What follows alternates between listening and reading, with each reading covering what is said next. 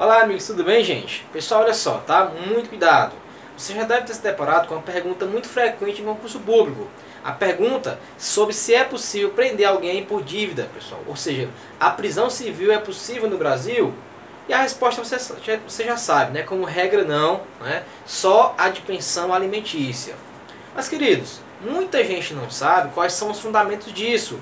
Por quê? Apesar de não mais ser permitido a prisão civil por dívida, certo? Aquela do depositário infiel, por exemplo, você deve saber que na Constituição Federal ainda nós temos no artigo 5º da Constituição essa previsão da prisão alimentícia, que essa é possível, mas da prisão de quem? Do depositário infiel. E aí? Como responder a questão de prova se lhe perguntarem de acordo com a Constituição, ou na forma da Constituição, ou de acordo com o direito constitucional? Pessoal, vamos lá entender os fundamentos dessa situação.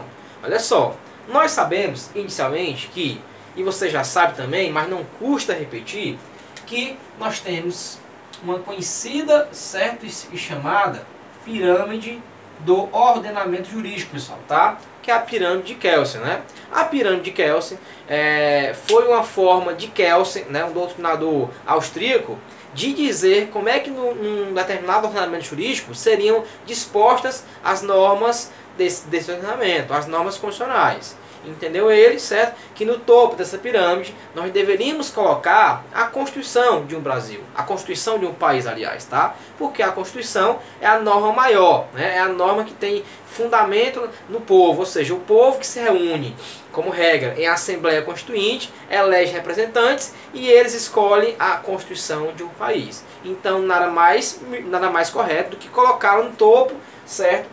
Das normas do ordenamento jurídico. E assim é feito, né? Nos países democráticos, a Constituição, ó, está bem aqui no topo da Constituição, tá? Aliás, no topo da pirâmide.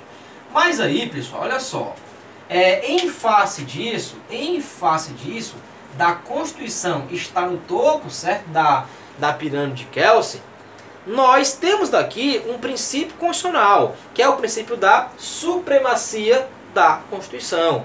E você sabe, certo, que todas as normas que estão na pirâmide, abaixo da Constituição, devem a ela respeito, devem a ela, certo, consideração. Isso você sabe também, certo?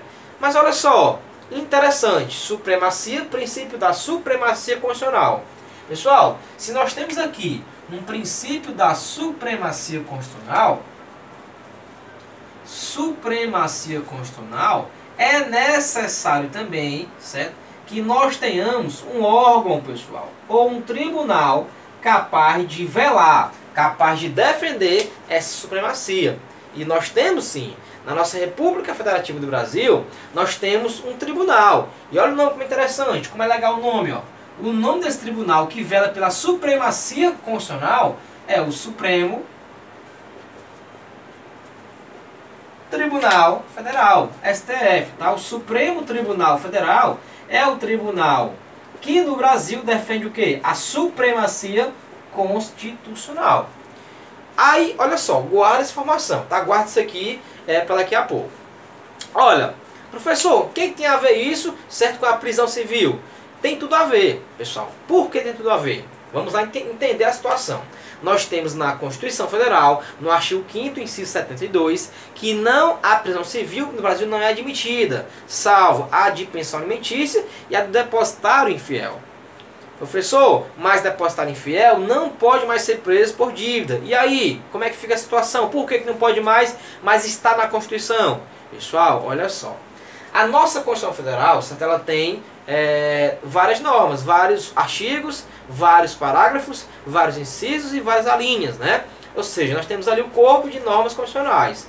Mas a Constituição de 88, ela fez muito mais. Em consideração aos direitos humanos e em consideração aos direitos internacionais, ela admitiu que uma norma constitucional, aliás, uma norma que não esteja na Constituição, que não esteja, certo, aí no topo, dentro da Constituição expressamente, que ela venha a regular uma situação. Ou seja, começaram a admitir normas fora da Constituição com caráter constitucional. E aí, a própria Constituição Federal, certo? A própria Constituição Federal, ela tem lá um artigo 5º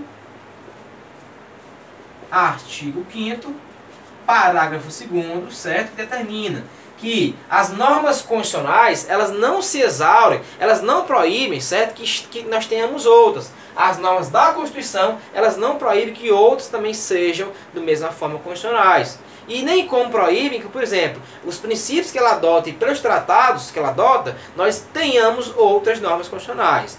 E aí, é com base nisso que frequentemente nós temos tratados internacionais feitos fora do Brasil, mas que aqui tem incidência. E nós temos mais uma coisa, né? A própria Constituição também, nesse artigo 5º, certo?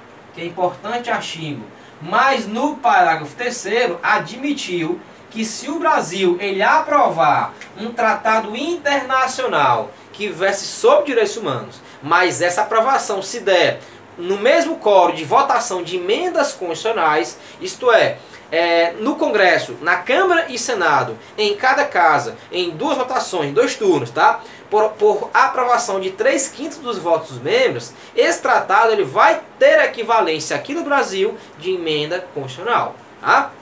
É isso. Tratado de direitos humanos que verse sobre direitos humanos e que ser votado no quórum de emenda equivale à emenda constitucional. Mas, professor, me responda, um tratado de direitos humanos que não é votado no quórum de emenda, qual a sua equivalência? Pessoal, essa resposta nós não temos na Constituição. Nós temos aonde? No Supremo Tribunal Federal, STF. O STF entendeu que um tratado de direitos humanos que não for aprovado com quórum de emenda, ele é muito importante também, tá? Nós temos vários aí no Brasil, que o Brasil, o presidente foi lá fora, assinou esse tratado, trouxe para cá, e quando trouxe ao Congresso, o Congresso não votou ele com quórum de emenda. Mas, pessoal, tratados de direitos humanos que o Brasil assina são muito importantes, tá? Então, muito embora sem o quórum de emenda, entende o Supremo, pessoal, que esses tratados, tá, de direitos humanos, eles estão aqui, ó, numa zona cinzenta. Numa zona cinzenta, certo? Entre a Constituição e entre também, certo? A legislação infraconstitucional. Perceba, deixa eu completar aqui a pirâmide de Kelsen.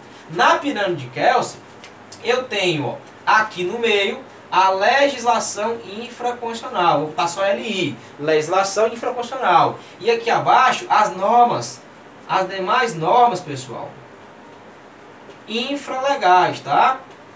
Então, olha só, entendeu o STF que um tratado de direitos humanos que tem, certo? Que não foi votado com quórum de emenda, ele não está aqui, certo? Ele está bem aqui, ó, tá? Ele está bem aqui nessa zona chamada zona cinzenta, tá? Ou seja, ele está acima da legislação infraconstitucional e está abaixo da Constituição. Professor, ainda não entendi o que tem a ver isso com a vedação à prisão do depositário infiel. Tudo a ver. Presta atenção. O depositário infiel, ele pode ser preso, ou poderia, certo? Porque nós temos um decreto 911, pessoal, tá? Muito antigo, acho que de 64, pessoal. Esse decreto, ele possibilitava que o depositário infiel, certo? De um contrato, que não pagou, certo? A dívida, ele viraria depositário desse bem, fiel. E se ele não devolvesse esse bem, depositário infiel, e aí, nesse caso, ele poderia ser preso, pessoal. Poderia ser preso para devolver o bem, tá? Ou seja, um decreto, ele faz parte da onde na pirâmide? Legislação infraconstitucional. Mas preste atenção.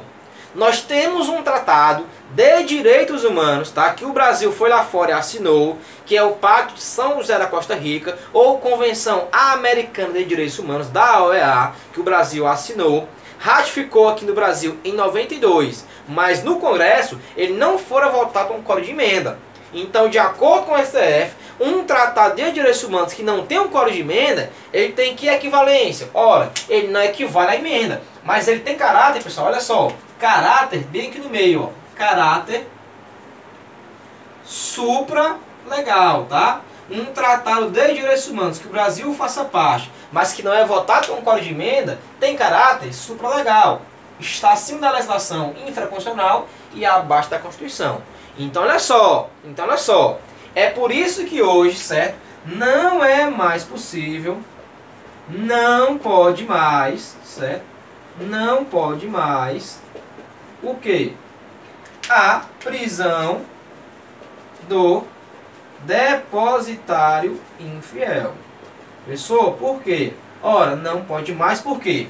Se nós temos um tratado de direitos humanos que veda essa prisão, esse tratado, muito embora não equivala à emenda constitucional, mas ele está acima, ó, ele está acima aqui, ó, da legislação infraconstitucional. O tratado está aqui. Isto é, o tratado da Costa Rica, o Pacto da Costa Rica, ele revogou, tá, pessoal? Essa legislação aqui, porque ele tem caráter supralegal. Está aqui, ó, supralegal, está acima da legislação infraconstitucional, está abaixo da Constituição. Tanto é que o Supremo Tribunal Federal editou uma súmula vinculante, pessoal, tá? Uma súmula vinculante, acho que de número 24, tá, do STF, que diz: é proibida a prisão civil de quem? Depositário infiel.